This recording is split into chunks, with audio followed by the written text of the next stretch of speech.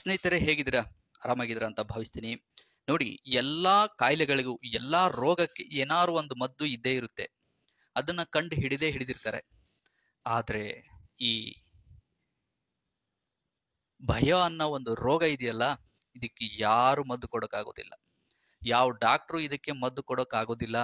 ಇದನ್ನ ನಾವೇ ದೂರ ಮಾಡ್ಕೋಬೇಕು, ನಾವೇ ಸರಿ ಮಾಡ್ಕೋಬೇಕು. ಧೈರ್ಯ ಅನ್ನೋದನ್ನ ನಾವೇ ಸೃಷ್ಟಿ ಮಾಡ್ಕೋಬೇಕು. ನೋಡಿ, ಒಬ್ಬ ವ್ಯಕ್ತಿಗೆ ಭಯ ಅನ್ನೋದು ಇತ್ತು ಅಂದ್ರೆ ಅವನಿಂದ ಯಾವುದೇ ಕಾರಣಕ್ಕೂ ದೊಡ್ಡ ದೊಡ್ಡ ಕೆಲಸಗಳು ಆಗೋದಿಲ್ಲ. ದೊಡ್ಡ ದೊಡ್ಡದಾಗಿ ಆ ವ್ಯಕ್ತಿ ಯೋಚನೆ ಮಾಡೋದಿಲ್ಲ. ಇವನು ಮಾಡ್ಲಿಲ್ಲ ಅಂದ್ರೆ ವ್ಯಕ್ತಿಗೆ ಜೀವನದಲ್ಲಿ ಮುಂದೆ ಬರೋಕೆ ಆಗೋದೇ ಇಲ್ಲ. ಇದು ವ್ಯಕ್ತಿಯನ್ನ ಮೂಲೆಯಲ್ಲಿ ಕೂರಿಸುತ್ತೆ ಭಯ ಅನ್ನೋದು. ನೋಡಿ, ಒಬ್ಬ ವ್ಯಕ್ತಿ ಹತ್ರ 1 ಲಕ್ಷ 1 ಲಕ್ಷ ದುಡ್ಡಿತ್ತು ಅನ್ಕೊಳ್ಳಿ. ಆ ವ್ಯಕ್ತಿಲಿ ಏನಾದ್ರು ಭಯ ಇತ್ತು ಅಂದ್ರೆ ಈ 1 ಲಕ್ಷನ ಬೇರೆದ್ರ ಕಡೆ ಇನ್ವೆಸ್ಟ್ ಮಾಡೋದಿಲ್ಲ. ಅಯ್ಯೋ, ಇದೆಲ್ಲಿ ಹೋಗಿ ಬಿಡುತ್ತೋ ಏನೋ, ಎಲ್ಲಿ ಲಾಸ್ ಆಗಿ ಬಿಡುತ್ತೆ ಏನೋ ಅಂತ ಹೇಳಿ ಇಷ್ಟರಲ್ಲೇ ಇರ್ತಾನೆ. ಇದನ್ನೇ ಕಾಪಾಡ್ತಾ ಇರ್ತಾನೆ. ಅದೇ ಅವನಲ್ಲಿ ಧೈರ್ಯ ಇತ್ತು ಅಂತಂದ್ರೆ 1 ಲಕ್ಷ ಹೋದ್ರೆ ಹೋಯ್ತು, ಇನ್ವೆಸ್ಟ್ ಮಾಡ್ತೀನಿ ಅನ್ನೋ ಒಂದು ಧೈರ್ಯ ಇತ್ತು ಅಂದ್ರೆ ಆ ವ್ಯಕ್ತಿ 1 ಲಕ್ಷಕ್ಕೆ 10 ಲಕ್ಷ ತಗೋಬಹುದು. ಇದಕ್ಕೆ ಮೇನ್ ಏನ್ ಬೇಕು? ಧೈರ್ಯ. ನೋಡಿ, ಒಬ್ಬನು ಸಣ್ಣ ಕೆಲಸ ಮಾಡ್ತಾ ಇದ್ದಾನೆ. ಅವನಲ್ಲಿ ಏನಾದ್ರು ಭಯ ಇತ್ತು ಅಂದ್ರೆ ದೊಡ್ಡ ಕೆಲಸ ಮಾಡೋದಿಲ್ಲ ಅವನು. ಏಕೆಂದ್ರೆ ಅಯ್ಯೋ, ಅದೆಲ್ಲ ನಮ್ ಕೈಲಿ ಎಲ್ಲ ಆಗುತ್ತಪ್ಪ, ಈ ತರ ಅನ್ಕೊಳ್ಳಿ, ಯಾವುದೇ ಕಾರಣಕ್ಕೂ ಮತ್ತೊಂದ್ ಕೆಲಸ ಮಾಡೋದಿಲ್ಲ. ಯಾವ ಕೆಲಸ ಮಾಡ್ತಿರ್ತಾನೋ ಜೀವನ್ ಪೂರ್ತಿ ಅದನ್ನೇ ಮಾಡ್ತಿರ್ತಾನೆ, ಅಲ್ಲೇ ಇರ್ತಾನೆ. ಒಬ್ಬ ವ್ಯಕ್ತಿಗೆ ಕೈ ಕಾಲು ಚೆನ್ನಾಗಿದೆ, ಮೈ ಕೈ ಎಲ್ಲ ಗಟ್ಟುಮುಟ್ಟಾಗಿದ್ದಾವೆ, ಇನ್ನೂ ವಯಸ್ಸು ಇದೆ, ತಲೆಯಲ್ಲಿ ಬುದ್ಧಿ ಇದೆ, ಆದ್ರೂ ಅವನು ಏನು ಮಾಡಕ್ ಆಗ್ತಾ ಇಲ್ಲ ಅಂತಂದ್ರೆ ಕಾರಣ ಭಯ. ನೋಡಿ, ವ್ಯಕ್ತಿ ಎಷ್ಟೇ ಬಲಶಾಲಿ ಆಗಿದ್ರು ಕೂಡ ಈ ಭಯ ಅನ್ನೋದು ವ್ಯಕ್ತಿಯನ್ನ ಮೂಲೆಯಲ್ಲಿ ಕೂರಿಸುತ್ತೆ.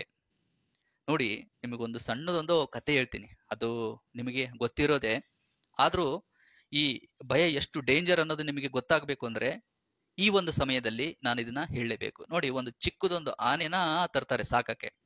ಅವಾಗ ಏನ್ ಮಾಡ್ತಾರೆ, ಅದನ್ನ ಒಂದು ಚಿಕ್ಕ ಸರಪಳೆಯಿಂದ ಕಟ್ಟಾಕಿರ್ತಾರೆ. ಆ ಚಿಕ್ಕ ಆನೆ ಆ ಸರಪಳೆಯಿಂದ ಬಿಡಿಸ್ಕೊಳ್ಳೋಕೆ ತುಂಬಾನೇ ಪ್ರಯತ್ನ ಪಡುತ್ತೆ. ಸಿಕ್ಕಾಪಟ್ಟೆ ಕಾಲ್ ಜಗ್ಗಿ ಜಗ್ಗಿ ಜಗ್ಗಿ ಇದರಿಂದ ಹೇಗಾದ್ರೂ ಮಾಡಿ ನಾನು ಹೊರಗೆ ಬರ್ಬೇಕು ಅಂತ ಹೇಳಿ ತುಂಬಾನೇ ಪ್ರಯತ್ನ ಪಡುತ್ತೆ, ಆಗೋದಿಲ್ಲ. ಕೊನೆಗೆ ಕಾಲಿಗೆ ಅದಕ್ಕೆ ಗಾಯ ಆಗ್ಬಿಡುತ್ತೆ. ಅವಾಗ ಅದು ಒಂದು ಡಿಸೈಡ್ ಮಾಡುತ್ತೆ ಮೈಂಡ್ ಅಲ್ಲಿ, ಅದೇನು, ನನಗಿನ್ನ ಈ ಒಂದು ಸರಪಳಿ ತುಂಬಾ ಬಲಶಾಲಿಯಾದದ್ದು ಅಂತ ಹೇಳಿ. ನೋಡಿ, ಇದೇ ಆನೆ ದೊಡ್ಡದಾಗುತ್ತೆ. ಈ ಆನೆ ದೊಡ್ಡದು ಆದಾಗ್ಲೂ ಕೂಡ ಈ ಒಂದು ದೊಡ್ಡ ಆನೆನ ಅದೇ ಚಿಕ್ಕ ಸರಪಳಿಯಿಂದ ಕಟ್ಟಾಕಿರ್ತಾರೆ. ಆಗ ಆ ಆನೆ ಮನಸ್ಸು ಮಾಡಿದ್ರೆ 1 ಸೆಕೆಂಡ್ ಅಲ್ಲೇ ಆ ಸರಪಳಿಯನ್ನ ಬಿಡಿಸ್ಕೋಬಹುದು. ದೊಡ್ಡದು ಆನೆ ಅಂದ್ರೆ ಅದಕ್ಕೆ ಎಷ್ಟು ಶಕ್ತಿ ಇರುತ್ತೆ. ಮನಸ್ಸು ಮಾಡಿದ್ರೆ 1 ಸೆಕೆಂಡ್ ಅಲ್ಲೇ ಅದನ್ನ ಬಿಡಿಸ್ಕೋಬಹುದು. ಬಟ್ ಅದು ಪ್ರಯತ್ನ ಪಡೋದಿಲ್ಲ. ಕಾರಣ, ಅದು ಚಿಕ್ಕ ವಯಸ್ಸಲ್ಲೇ ಡಿಸೈಡ್ ಆಗಿರುತ್ತೆ, ಅದು ನನಗಿನ್ನ ಶಕ್ತಿಶಾಲಿ ಆದದ್ದು, ಅದು ನನ್ನ ಕಾಲಿಗೆ ಗಾಯ ಮಾಡಿದೆ ಅಂತ ಹೇಳಿ ಅದ್ರ ಭಯ ಇದಕ್ಕೆ ಹುಟ್ಟಿ ಅದರಿಂದ ಬಿಡಿಸ್ಕೊಳಕ್ ಆಗಲ್ಲ ಅಂತ ಹೇಳಿ ಚಿಕ್ಕ ವಯಸ್ಸಿಂದನೇ ಡಿಸೈಡ್ ಮಾಡಿರುತ್ತೆ. ಆ ಒಂದು ನಿರ್ಧಾರ ಈ ಆನೆ ದೊಡ್ಡದಾದಾಗ್ಲೂ ಕೂಡ ಹಾಗೆ ಇರುತ್ತೆ, ಸಾಯೋವರೆಗೂ ಇರುತ್ತೆ. ಆನೆಗೆ ಅದರ ಶಕ್ತಿ, ಅದರ ಬಲ ಗೊತ್ತಾಗೋದಿಲ್ಲ. ಅದೇ ರೀತಿಯಲ್ಲಿ ವ್ಯಕ್ತಿಗೆ ಎಷ್ಟೇ ಕೈಕಾಲು ಚೆನ್ನಾಗಿದ್ರು, ಗಟ್ಟುಮುಟ್ಟಾಗಿದ್ರು, ವಯಸ್ಸಿದ್ರು, ತಲೆಯಲ್ಲಿ ಬುದ್ಧಿ ಇದ್ರು, ಅವನಲ್ಲಿ ಭಯ ಅನ್ನೋದಿತ್ತು ಅಂದ್ರೆ ಯಾವುದೇ ಕಾರಣಕ್ಕೂ ಜೀವನದಲ್ಲಿ ಮುಂದೆ ಬರೋದಿಲ್ಲ, ದೊಡ್ಡದಾಗಿ ಯೋಚನೆ ಮಾಡೋದಿಲ್ಲ. ನೋಡಿ, ಈ ಭಯ ಅನ್ನೋದು ಹೇಗೆ ಸೃಷ್ಟಿಯಾಗುತ್ತೆ? ನೋಡಿ, ನಾವೆಲ್ಲ ಮಿಡ್ಲ್ ಕ್ಲಾಸ್ ಜನ ಸಣ್ಣ ಪುಟ್ಟ ಕೆಲಸ ಮಾಡ್ತಿರ್ತೀವಿ. ದೊಡ್ಡ ದೊಡ್ಡ ಕೆಲಸ ಅಂದ್ರೆ, ದೊಡ್ಡೋರು ಅಂತಂದ್ರೆ ನಾವು ಚಿಕ್ಕವರಿಂದಾನೇ ಭಯ ಬೀಳ್ತಾ ಇರ್ತೀವಿ. ಅಯ್ಯೋ, ಆ ಕೆಲ್ಸನ, ಅದೆಲ್ಲ ನಾವೆಲ್ಲಪ್ಪ ಮಾಡಕ್ಕಾಗುತ್ತೆ, ಅಯ್ಯೋ ಅವರೆಲ್ಲ ತುಂಬಾ ದೊಡ್ಡವರಪ್ಪ. ಈ ರೀತಿಯಾದ ಯೋಚನೆಗಳು, ಈ ರೀತಿಯಾದ ಮಾತುಗಳು ನಮ್ ಚಿಕ್ಕ ವಯಸ್ಸಿಂದನೇ ನಮ್ಮಲ್ಲಿ ಭಯನ ಸೃಷ್ಟಿ ಮಾಡ್ತವೆ. ನಾವು ದೊಡ್ಡವರಾದಾಗ್ಲೂ ಕೂಡ ಅದೇ ಒಂದು ನಿರ್ಧಾರದಲ್ಲೇ ಇರ್ತೀವಿ ನಾವಿನ್ನ. ನೋಡಿ, ಇದು ದೂರ ಆಗ್ಬೇಕು ಅಂತಂದ್ರೆ ಒಂದೇ ಮಾರ್ಗ. ಅದಕ್ಕೆ ನಿಮಗೆ ಇನ್ನೊಂದು ಎಕ್ಸಾಂಪಲ್ ಕೊಡ್ತೀನಿ. ಕಾರ್ ಇರುತ್ತೆ ಅನ್ಕೊಳ್ಳಿ. ಕಾರನ್ನ ನಾವು ಹೆಂಗ್ ಓಡಿಸ್ತೀವಿ? ನಮಗೆ ಏನಾದ್ರು ಡ್ರೈವಿಂಗ್ ಬಂತು ಅಂದ್ರೆ ಕಾರನ್ನ ಸೂಪರ್ ಆಗಿ ಓಡಿಸ್ತೀವಿ.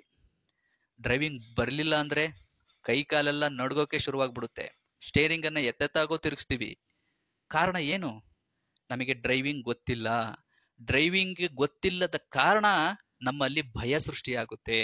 ಅಂದ್ರೆ ನೋಡಿ, ಯಾವ ಒಂದು ವಿಷಯದಲ್ಲಿ ನಮಗೆ ನಾಲೆಡ್ಜ್ ಇರೋದಿಲ್ವೋ, ಯಾವುದ್ರ ಬಗ್ಗೆ ನಮಗೆ ಗೊತ್ತಿರೋದಿಲ್ವೋ, ಅದು ನಮ್ಮಲ್ಲಿ ಭಯನ ಸೃಷ್ಟಿ ಮಾಡುತ್ತೆ.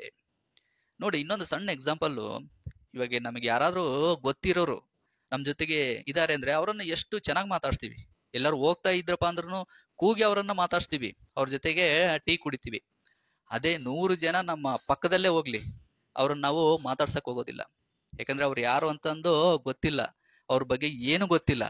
ಅವ್ರ ಬಗ್ಗೆ ಗೊತ್ತಿಲ್ಲದ ಕಾರಣ ನಮಗೆ ಸ್ವಲ್ಪ ಭಯ. ಅವ್ರ ಬಗ್ಗೆ ಗೊತ್ತಿಲ್ಲಪ್ಪ, ಅವ್ರು ಸುಮ್ಮನೆ ಯಾಕೆ ಮಾತಾಡ್ಸ್ಬೇಕು. ಹಾಗಾಗಿ ಸ್ನೇಹಿತರೆ, ಭಯ ದೂರ ಆಗ್ಬೇಕು ಅಂತಂದ್ರೆ ನಾಲೆಡ್ಜ್ ಅನ್ನ ಬೆಳೆಸ್ಕೋಬೇಕು ಅಷ್ಟೇ. ನಿಮಗೆ ಯಾವ್ದು ಭಯ ಪಡಿಸ್ತಾ ಇದೆಯೋ ಅದ್ರ ಬಗ್ಗೆ ಚೆನ್ನಾಗಿ ತಿಳ್ಕೊಳ್ಳಿ ಅಷ್ಟೇ. ಇವಾಗ ನೀವ್ ಏನೋ ಒಂದು ಅನ್ಕೊಂಡಿದ್ದೀರ, ಒಂದು ದೊಡ್ಡದೊಂದು ದೊಡ್ಡ ಕೆಲಸ ಮಾಡ್ಬೇಕು ಅಂತ ಅನ್ಕೊಂಡಿದ್ದೀರ. ಬಟ್ ಅದನ್ನ ನೀವು ಮನಸ್ಸಲ್ಲಿದೆ, ಅದನ್ನ ಮಾಡ್ಬೇಕು ಅಂತ ಹೇಳಿ, ಬಟ್ ನೀವು ಅದನ್ನ ಮಾಡಕ್ಕೆ ಹೋಗ್ತಾ ಇಲ್ಲ. ನಿಮ್ಮನ್ನ ಯಾವ್ದೋ ಒಂದು ತಡಿತಾ ಇದೆ, ಭಯ ತಡಿತಾ ಇದೆ ನಿಮ್ನ. ಈ ಭಯ ದೂರ ಹೋಗ್ಬೇಕು ಅಂದ್ರೆ ಈ ಒಂದು ದೊಡ್ಡ ಕೆಲಸ ಇದೆ ಅಲ್ವಾ, ಇದ್ರ ಬಗ್ಗೆ ನಾಲೆಡ್ಜ್ ಅನ್ನ ಬೆಳೆಸ್ಕೊಳ್ಳಿ. ನಿಮಗೆ ಇದು ಈಸಿ ಆದಾಗ ಭಯ ಅನ್ನೋದು ಆಟೋಮೆಟಿಕ್ ಆಗಿ ದೂರ ಆಗುತ್ತೆ. ನೋಡಿ, ನಾವು ಚಿಕ್ಕ ವಯಸ್ಸಲ್ಲಿ ಸೈಕಲ್ ಕಲಿತಾ ಇರ್ತೀವಿ, ಹಿಂದೆ ಒಬ್ರು ಹಿಡ್ಕೊಂಡಿರ್ತಾರೆ ಕಲ್ಸೋದಕ್ಕೋಸ್ಕರ.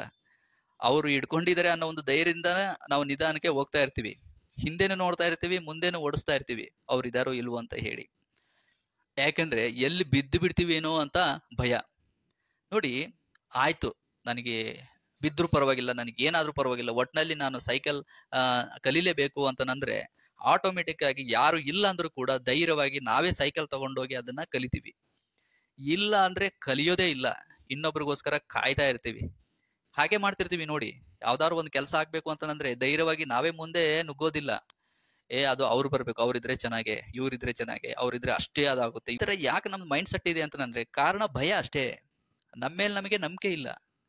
ಈ ಭಯನ ದೂರ ಮಾಡಿ ಧೈರ್ಯ ತಂದ್ಕೊಂಡ್ವಿ ಅಂದ್ರೆ ನಾವು ಯಾರ ಮೇಲೂ ಡಿಪೆಂಡ್ ಆಗೋದಿಲ್ಲ, ನಾವೇ ಕಲಿತೀವಿ. ನಾವು ಕಲಿತ್ವಿ ಅಂದ್ರೆ, ನಾಲೆಡ್ಜ್ ಇತ್ತು ಅಂದ್ರೆ ಮುಗೀತು, ಎಲ್ಲದನ್ನು ನಾವೇ ಫೇಸ್ ಮಾಡ್ತೀವಿ.